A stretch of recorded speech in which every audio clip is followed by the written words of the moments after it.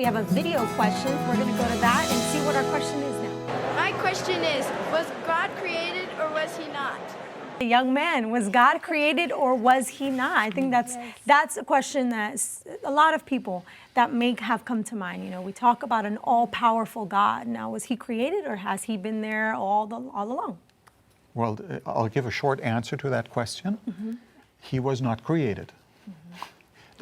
The Bible is clear, God was not created. He is not part of the created order. He is the creator of everything.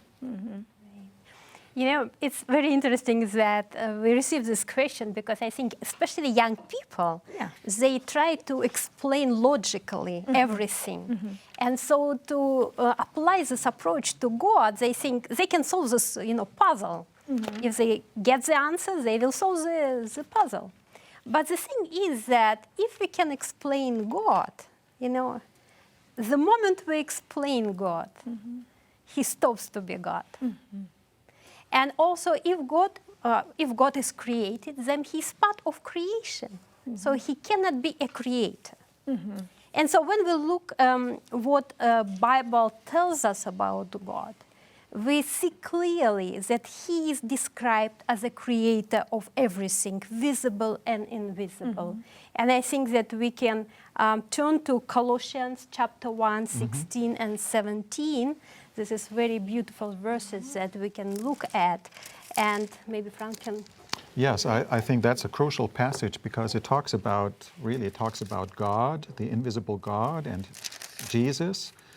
And it says that by him all things were created in heaven and on earth, visible and invisible, whether thrones or dominions or rulers or authorities, all things were created through him, and for him. And he is before all things, and in him all things hold together. Now, if he is the one who created all things, he himself cannot be created. Right. That's the conclusion we draw from that passage. Right. Yes, there are many different passages where we can read how he created our world in Genesis chapter 1 and 2. So we know that he just said, and everything appeared. So he has this power. We have also many different passages, for example, describing him that he dresses himself in a robe of light, and he alone is immortal and lives in an approachable light. This is 1 Timothy 6:16. Whom no one has seen or can see. To him be honor and glory, forever and ever. And we also know that when he appeared, for example, to Moses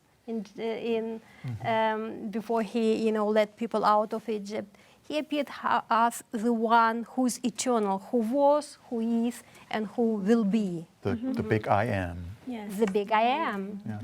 And the same promise we have in Revelation, right? And in other passages, that the one who was, always was, and is, and will be. Yeah, the big I am. Amen.